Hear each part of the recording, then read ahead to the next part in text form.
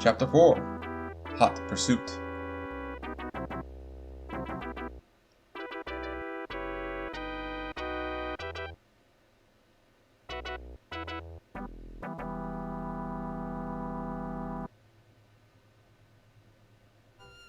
Jason prepares to leave for Rio Blanco, unaware that somewhere in South America, Colonel Sanchez and his men are laying plans to recover the documents Alan has requested. Even now, a trap is being put in place for Jason. Alright, we're in Los Angeles, flying over Mexico City. Now we're in Guatemala, San Salvador, Mangana, Tango, Lima, Cuzco. Cuzco is where we want to be. Cuzco airfield was once the country's military headquarters, but that was 17 revolutions ago. Now it is so old and dilapidated, it makes some ancient Incan cities look new. Old US military concept huts serve as hangars, and the wooden tower could have used paint 30 years ago. A crumbling, stucco over brick 2-story building serves as the terminal. And here we are in Cuzco. The plane is driving off, and before anything else, we're going to save.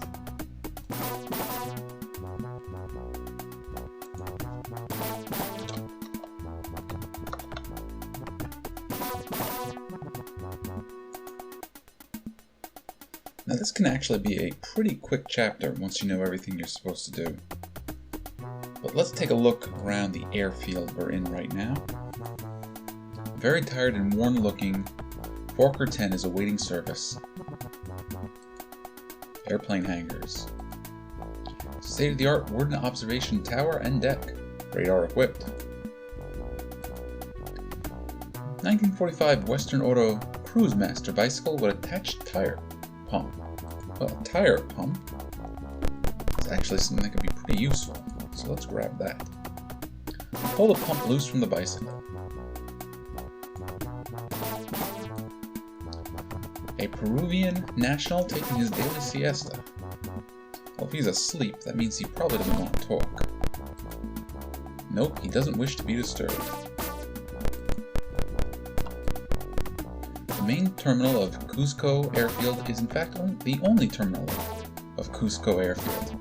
If you lean on it too hard, it looks like it'll fall over. Now let's not lean on it. The door of a 3/4 ton Jeep truck. Or surplus 3/4 ton 4-wheel drive Jeep cargo truck. Yeah, it says flammable on there. So that looks like a gas can. Yep, standard red US government issue 5-gallon jerry can filled with water. The inside of the can is crusted with lime.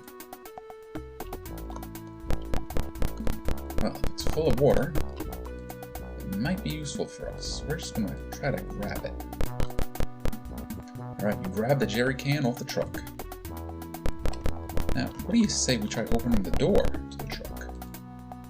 Okay. And a little something just fell out. Let's see if we can get a look at it. A pack of Lucky Strike cigarettes has fallen from the truck. Oh, inside the truck. Nope, nothing new there. But we will take those cigarettes. Get closer, it says. Alright, now we are inside the terminal. Let's look around a little bit. Filthy, smelling, nicotine-covered ashtray with cigar and lipstick-smeared cigarette butts, along with candy wrappers and used gum. Jose Cortez, an Argentine immigrant, hawks tickets and writes flight schedules to feed his family of 14 children. That's a lot of kids. Passages, or tickets in English. Spanish is not my English isn't my strong suit. Here I am trying to do Spanish. A large hand-painted sign directs passengers to the gate, or to the courteous and trustworthy taxi drivers awaiting to drive you in circles to your destination. The sign on the door says Green Monkey Private Club. That looks like a tackle box. Salesman samples of new wonder cloth of the 50s. Rayon. I'm guessing that's him. Alberto Flores, a wary clothes merchant, is halfway through his 18-hour layover. Oh, that's a long trip. Does he want to talk? Nope, he must be asleep. So how about our ticket salesman here? Buenos dias, senor. How may I help you this beautiful day? Well, I need to get to Rio Blanco immediately. This is quite a garden spot. Where can I find the president of your Chamber of Commerce? Well, no, let's not screw around too much. We need to get to Rio Blanco. Rio Blanco, senor. No one in his right mind goes to Rio Blanco. There are no scheduled flights. But I have urgent business there. It's a matter of life or death. Senor, there are no flights near Rio Blanco. The closest airport is 700 miles away. Well, surely there must be some way to fly to Rio Blanco. Or, is there any other way I can get there? Let's try the second. Well, you'll see, patron, my memory is not so good. I have a wife and many children. If only there was something to help me remember. Otherwise, you're out of luck.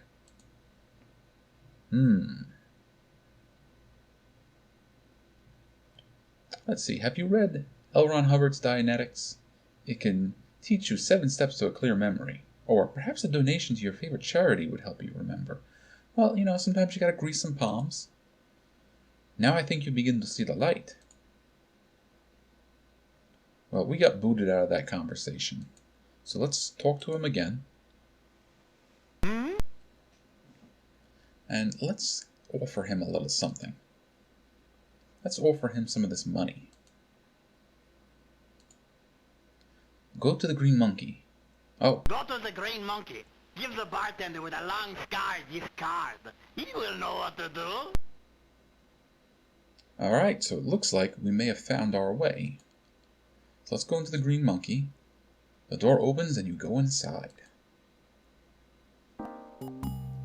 Okay, well, that's the only bartender I see. Can't tell if he has a big scar though. Let's take a look at him. Alberto Fuentes, 20-year veteran behind the Green Monkey bar. He is a large, rude man, not very tolerant of outsiders who stumble into the pilot's lounge. Well, that might be us.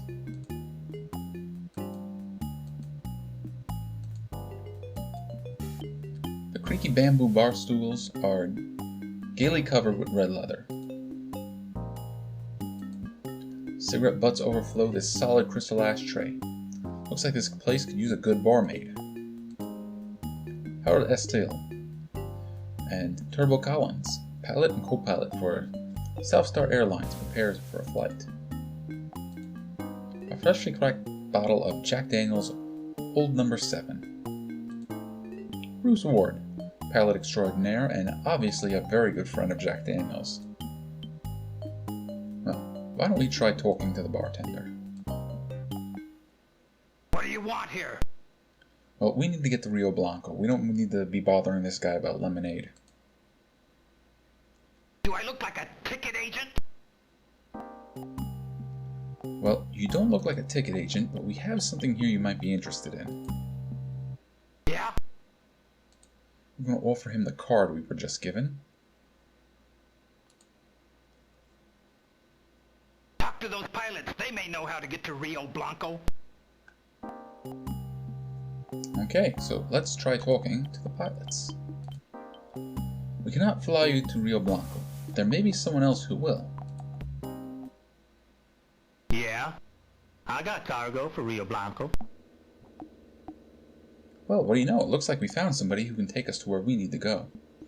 The pilot, in a Hawaiian shirt and cheap sunglasses, looks like the type of guy who's always landing at makeshift runways in the middle of the night. He introduced himself as Tony Martin, an ex-Cadillac salesman from Houston. He tells Jason that since he already has cargo for Rio Blanco, he only charged $150 for the trip. With some reservation, Jason hops in the back of the cargo plane. After a bumpy takeoff, the plane is airborne. Jason finds a comfortable place to lie down and take a nap. When he wakes, it is several hours later. Alright, so here we are in the back of the cargo plane. Let's look around for a little bit. The steel-reinforced aircraft aluminum cargo door has been battered with years of use. Now what's this on the floor over here? A military cargo chute without a harness. Okay, so like a parachute, but doesn't have a harness to hook up to you. Uh-oh, what's going on? Suddenly, the cockpit door flies open, and Martin takes a step in the cargo hold and raises a .45 automatic pistol. It is at this point Jason realizes he can kiss the free soft drinks and peanuts goodbye.